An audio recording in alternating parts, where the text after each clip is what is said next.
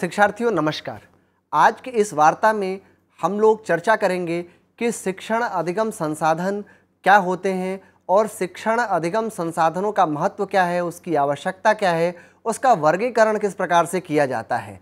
तो इस बात की चर्चा करने से पहले सबसे पहले हमें यह जानने और समझने की ज़रूरत है कि आखिर सामान्य शिक्षण अधिगम संसाधन होते क्या हैं और किस प्रकार से कक्षा कक्ष परिस्थितियों में सामान्य शिक्षण अधिगम संसाधनों का हम प्रयोग करते हैं। यह बात हमें ठीक तरीके से जाननी और समझनी चाहिए कि टीचिंग लर्निंग प्रोसेस जो है वह एक प्रक्रिया है जहां शिक्षक निर्धारित विषय वस्तु को निर्धारित समय में ही अध्यापन कराता है और छात्र औपचारिक पाठ्यक्रम के दायरे में रहकर सीखते हैं। आपके सामने एक चित्र उपस्थित है और इस चित्र में आप जैसा कि देख रहे हैं कि बहुत सारे बच्चे जो है एक कक्ष में बैठे हुए हैं। तो इतने सारे बच्चों की आवश्यकता की पूर्ति के लिए किस प्रकार के सामान्य शिक्षण अधिगम संसाधनों की आवश्यकता है, किस प्रकार के टीचिंग लर्निंग स्टाइल की आवश्यकता है, यह एक सोचने और समझने की विषय वस्तु हो सकती है। लेकिन कहने का तात्पर्य इसमें यह है कि यदि क्लासरूम सेटिंग में हमारे पास पर्याप्त सामान्य शिक्षण अधिगम संसाधन नहीं है, teaching learning resources, general teaching learning resources नहीं है, तो हम अपने क्लासरूम टीचिंग और लर्निंग को ठीक तरीके से कर पाने में कतई सफल नहीं हो पाएंगे। अब कौन से ऐसे टीचिंग लर्निंग रिसोर्सेज हैं जो कि सामान्यतया एक अध्यापक जो है अपनी कक्षा में इस्तेमाल करता है। तो सबसे पहले तो पाठ्यपुस्तकें किसी भी अध्यापक के लिए अति आवश्यक होती हैं और उन पुस्तकों की सहायता से वह विषय को समझता है और विषय को विद्यार्थियों को समझाता है। इसके अलावा बहुत से एड ऑन मटीरियल्स यूज़ करता है, बहुत से रेफरेंस बुक्स यूज़ करता है जिसे हम हिंदी में संदर्भ ग्रंथ कहते हैं। कई बार अध्यापक चीज़ों को समझने और समझाने के लिए इनसाइक्लोपीडिया और डिक्शनरी का भी इस्तेमाल करता है। अब चूँकि यह सूचना प्रौद्योगिकी के समय है तो अब बहुत सी चीज़ें जो हैं ऑनलाइन भी उपलब्ध हो जाती हैं। तो लिखित दस्तावेज ऑनलाइन व ऑफलाइन का प्रयोग भी कक्षा कक्ष परिस्थितियों में अध्यापक टीचिंग और लर्निंग रिसोर्स के रूप में करता है। अध्यापक के लिए उसके बहुत महत्वपूर्ण जो दस्तावेज हैं, जो बहुत महत्वपूर्ण रिसोर्सेज हैं, उनमें अध्यापक नोट्स जो है वो एक बहुत इम्पॉर्टेंट चीज़ होता है।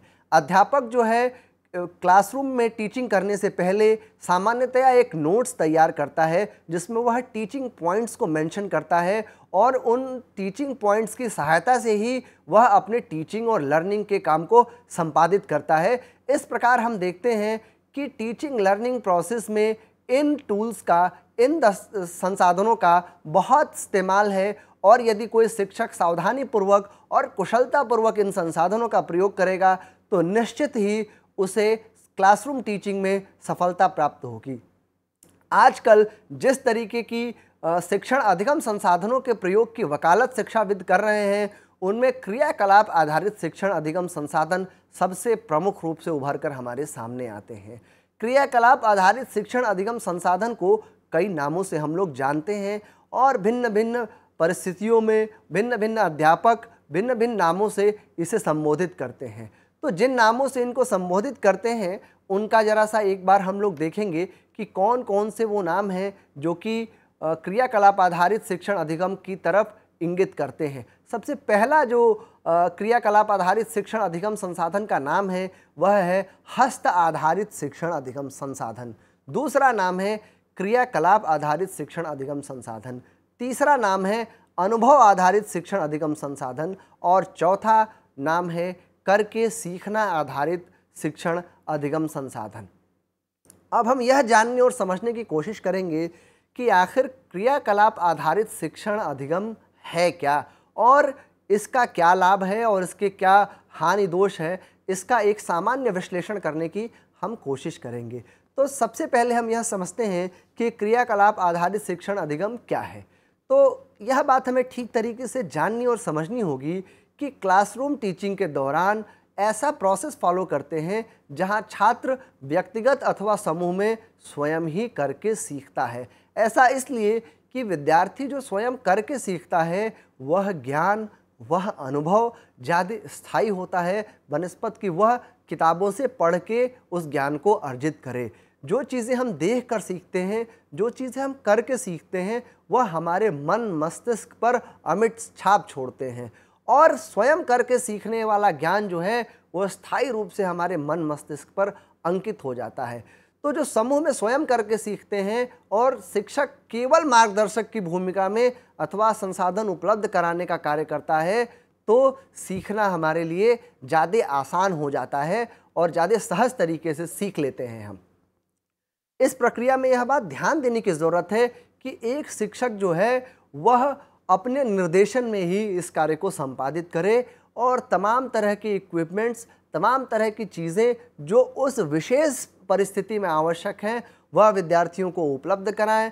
आप जो पावर पॉइंट में स्लाइड जो देख रहे हैं, उसमें आपको कुछ चित्र दिख रहे हैं जिसमें कि कोई कार्टून जो बने हुए हैं वह चीज़ों को विश्लेषित करके कुछ काम कर रहे हैं। यह एक क्रियाकलाप आधारित शिक्षण अधिगम का एक रूप है जिसे कि आप देख सकते हैं और समझ सकते हैं कि क्रियाकलाप आधारित शिक्षण क्या है। अब हम यह जानने और समझने की कोशिश करेंगे कि शिक्षण अधिगम प्रतिमान के पद क्या हैं, जो टीचिंग लर्निंग मॉडल है उसके स्टेप्स क्या क्या होते हैं और कौन कौन से स्टेप्स हम लोगों को फॉलो करने चाहिए। सबसे पहला स्टेप जो होता है, जो सबसे पहला एलिमेंट है वह है अनुभव अर्थात एक्सपीरियंस। अभ्यास या क्रियाकलाप करने से इसमें धीरे धीरे निष्णात होने लगते हैं, धीरे धीरे हम योग्य होने लगते हैं किसी काम को ठीक तरीके से संपादित करने के लिए। दूसरा जो पद है वह है कार्य को साझा करना, अर्थात हमारे अंदर यह काबिलियत भी होनी चाहिए, यह हुनर भी होना चाहिए कि किसी भी कार्य को हम अकेले यदि कर सकते हैं तो उसको ग्रुप में भी कर और करवा दोनों सकते हैं। यह योग्यता जो है किसी भी व्यक्ति के अंदर उसको विशिष्ट बनाती है, उसे ज़्यादा योग्य बनाती है। तो कार्य को साझा करना और क्रियाकलापों के प्रति अनुक्रिया करना, विचार विमर्श करना और अवलोकन करना इसके प्रमुख इंग्रेडिएंट हैं। यदि किसी कार्य को हम ग्रुप में कर रहे हैं और डिफरेंट तरीके के एक्टिविटीज़ से उसको संपादित कर रहे हैं, उसके बारे में आपस में विचार विमर्श कर उसको संपादित कर रहे हैं, उसको ऑब्जर्व करके संपादित कर रहे हैं, तो निश्चित रूप से वह शिक्षण अधिगम प्रक्रिया को, वह टीचिंग लर्निंग प्रोसेस को फैसिलिटेट करता है, मजबूत करता है और बेहतर बनाता है। तीसरा जो महत्वपूर्ण बिंदु है वह है प्रक्रिया, जिसे हम लोग प्रोसेस कहते हैं। स्वयं के परिप्रेक्ष्य या दृष्टिकोण से चिंतन या विश्लेषण करना।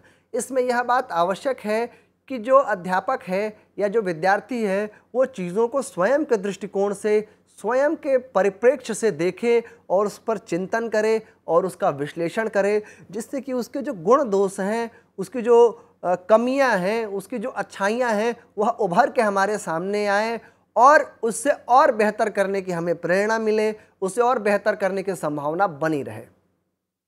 चौथा जो महत्वपूर्ण चीज़ है वह है सामान्यीकरण, जिसे हम लोग जनरलाइजेशन कहते हैं। विषय वस्तु को जीवन के साथ संबंधित करना।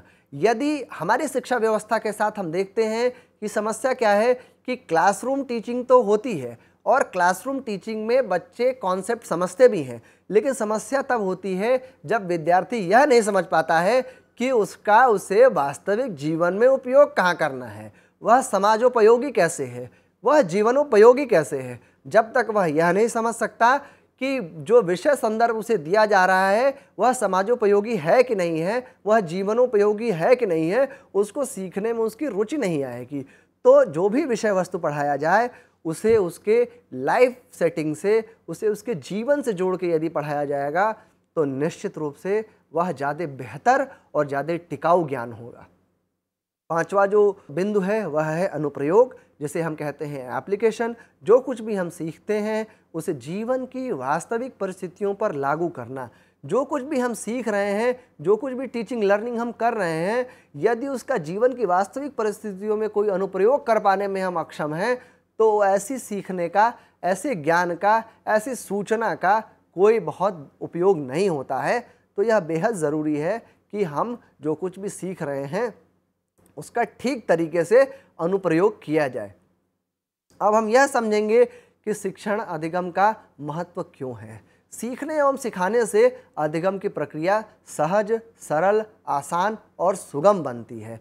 इसलिए सीखने और सिखाने की प्रक्रिया को हमें ठीक तरीके से करना चाहिए और उसको अंजाम देना चाहिए।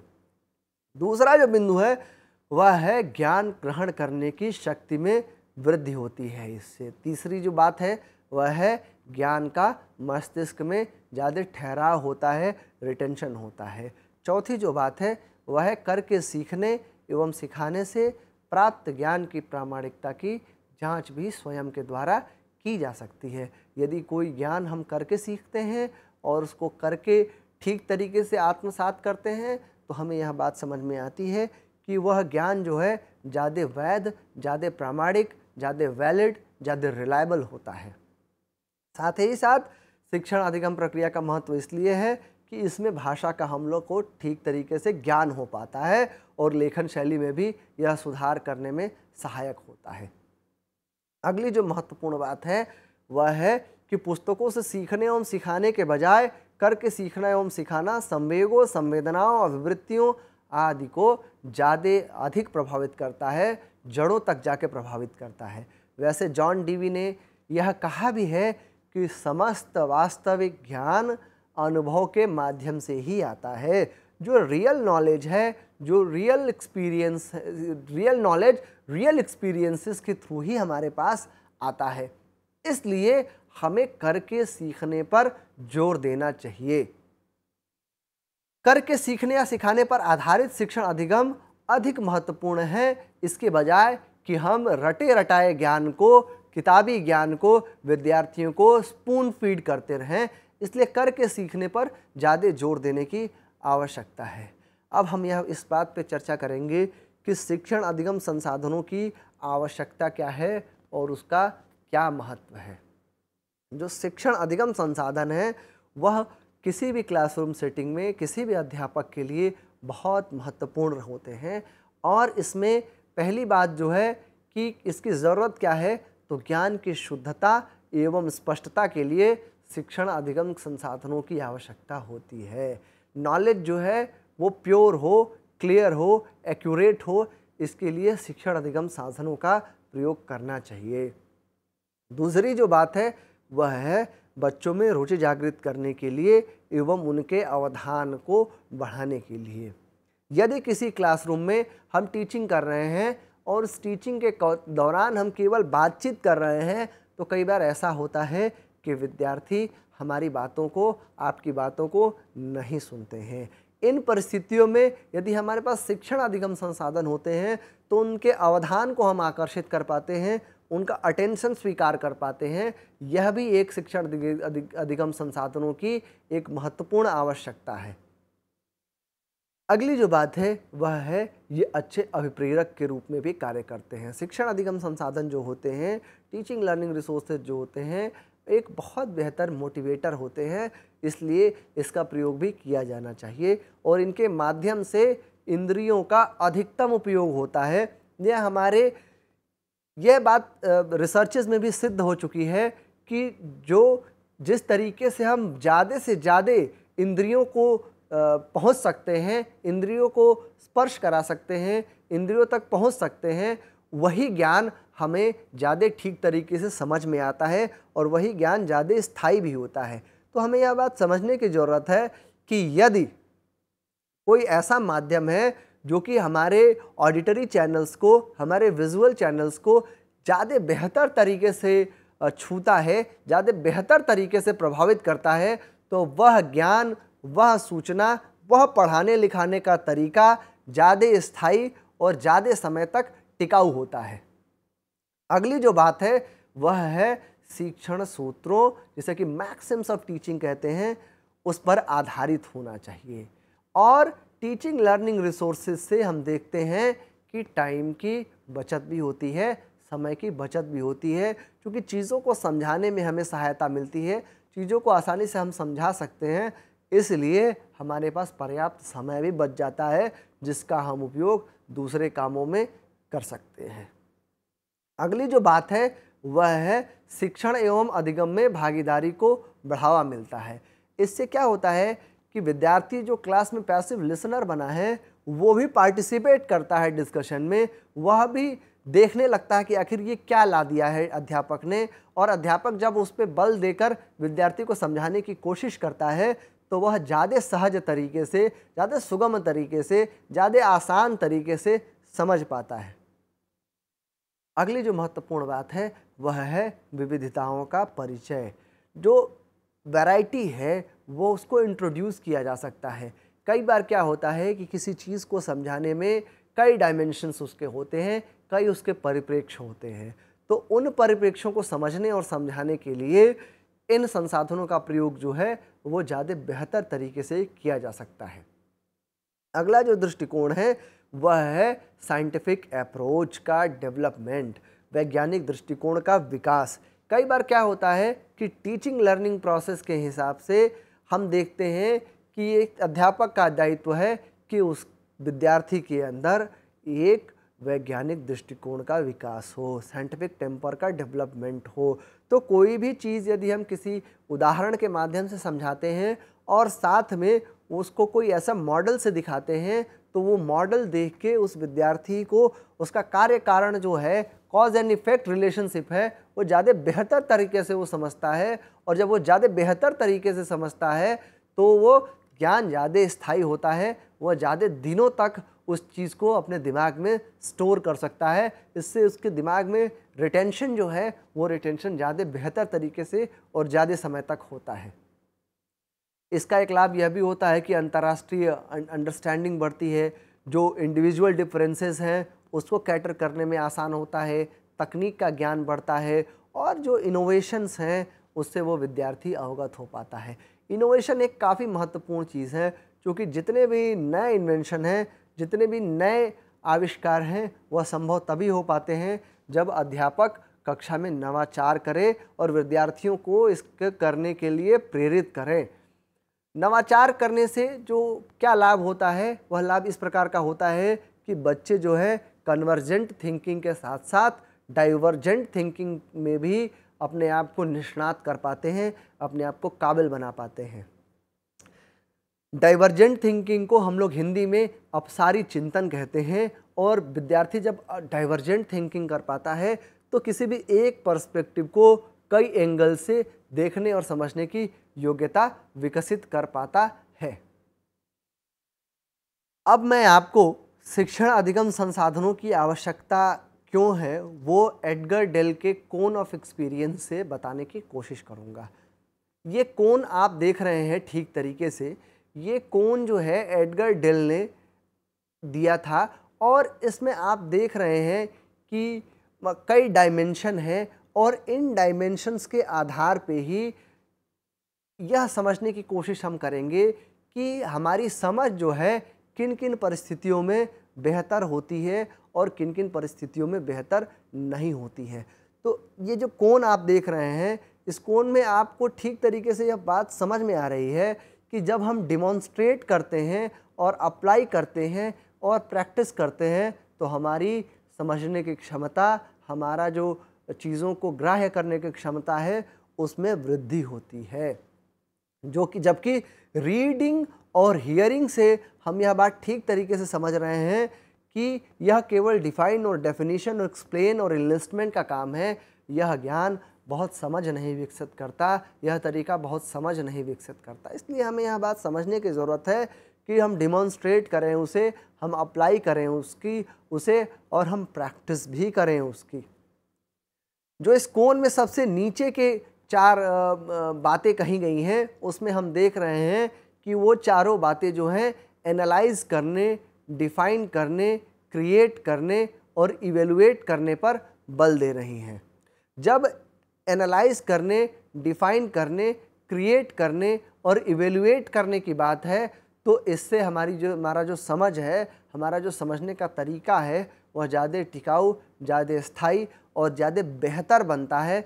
तो ये एडगर डेल का कोन ऑफ एक्सपीरियंस जो है आप ध्यान से देखें और इसके भिन्न भिन्न जो डायमेंशंस हैं उसको ध्यान से पढ़ें, जिससे कि बात आपको बेहतर तरीके से समझ में आए कि कक्षा की परिस्थितियों में रीडिंग का क्या इम्पोर्टेंस है, हियरिंग का क्या इम्पोर्टेंस है, व्यूइंग द इमेजेस का क्या इम्पोर्टेंस है, वॉच द वीडियोज़ का क्या इम्पोर्टेंस है और बाकी सारी चीज़ें हैं उनका क्या क्या महत्व है। और जब हम कोण के दूसरे साइड में देखते हैं तो प्रतिशत के साथ यह बताया गया है कि किस तरीके से और किस प्रकार से हमारा ज्ञान जो है स्थायी होता है या हमारा जो अनुभव है वो स्थायी होता है। तो ये एक महत्वपूर्ण बात है और ये एक महत्वपूर्ण मॉडल है जो हम अध्यापकों को ठीक तरीके से जानना और समझना चाहिए। आगे हम बात करेंगे शिक्षण अधिगम संसाधनों के वर्गीकरण पे। यह बेहद ज़रूरी चीज़ है हमारे लिए कि हम जानें कि किस प्रकार के शिक्षण और अधिगम संसाधन हमारे यहाँ मौजूद हैं और उन संसाधनों का हम किस प्रकार से बेहतर प्रयोग कर सकते हैं। सबसे पहली जो बात है वह है तकनीकी या टेक्निकल संसाधन। जो टेक्निकल संसाधन है उसमें 8 प्रकार के संसाधनों की चर्चा इस स्लाइड में की गई है। इसके बारे में हम एक एक करके बात करेंगे। सबसे पहला तो है प्रोजेक्ट, दूसरा है प्रयोगशाला कार्य जिसे लैबोरेटरी प्रैक्टिकल कहते हैं, तीसरा है डिजिटल ब्लैक बोर्ड, चौथा है कार्यकारी प्रतिमान, पांचवा है फ्लिप चार्ट, छठा है ओवरहेड प्रोजेक्टर, सातवां है स्लाइड प्रोजेक्टर, आठवां है कंप्यूटर। इन आठों का महत्व जो है वह पर्याप्त रूप से आज के समय में 21वीं सदी के क्लासरूम में टीचिंग लर्निंग में बहुत महत्वपूर्ण हो जाता है और सबकी अपनी अपनी उपादेयता है, सबका अपना अपना महत्व है। प्रोजेक्ट के माध्यम से हम किसी भी लक्ष्य को प्राप्त करने के लिए एक ग्रुप में एफर्ट करते हैं।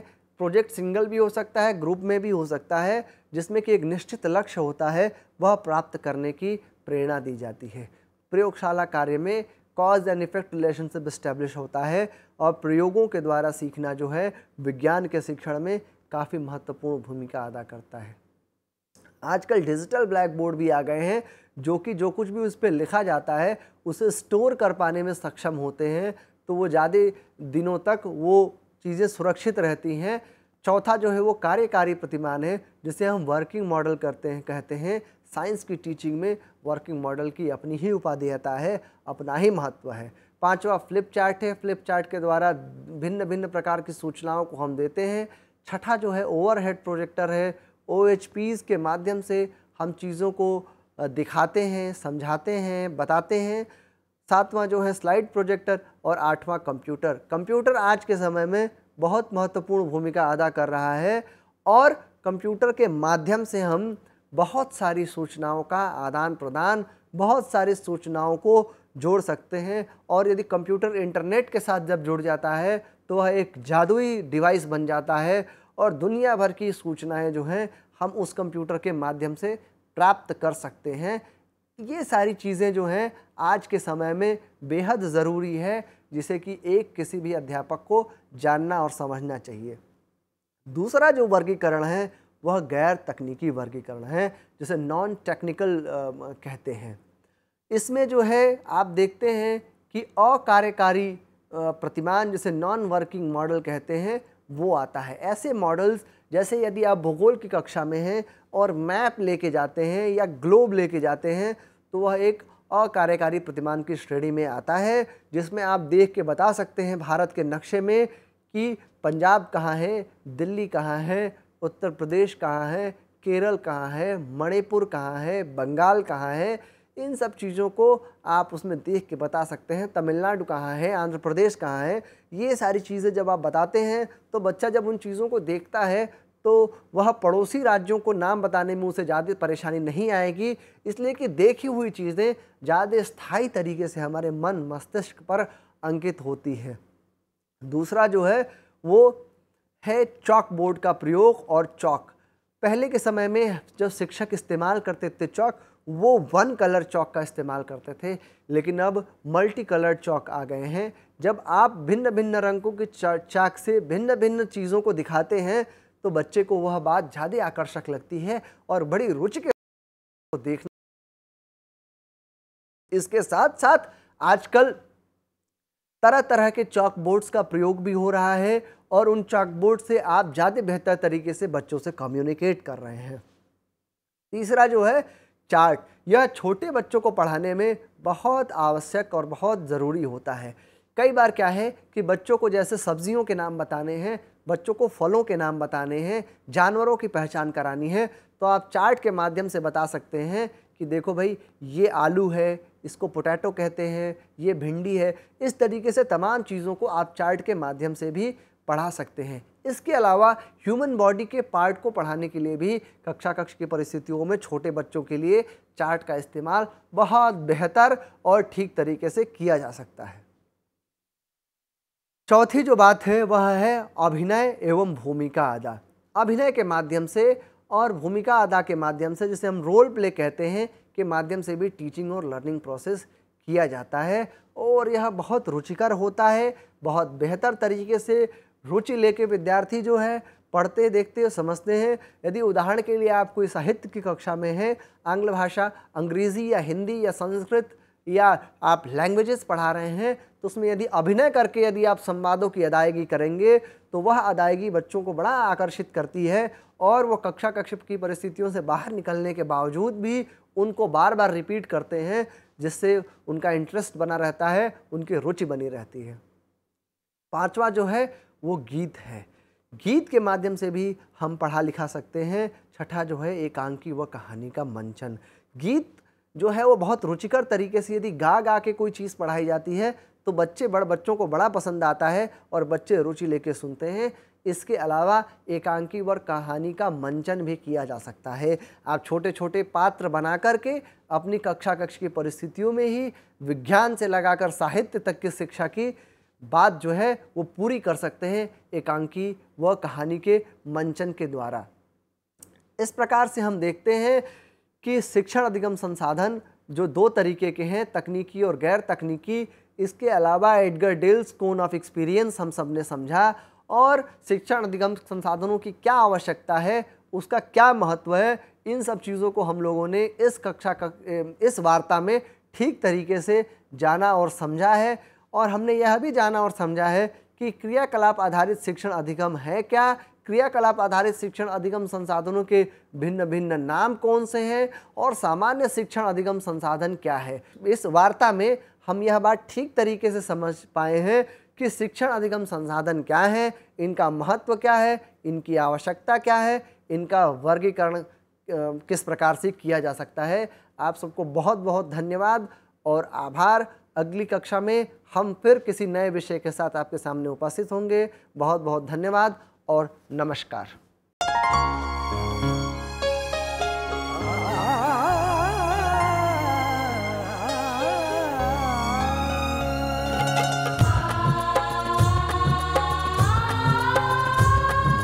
जीवन ये प्रकाशित करने, राहों को आलोकित करने, हम अपना दीपक स्वयं बने, हम अपना रास्ता स्वयं चुने।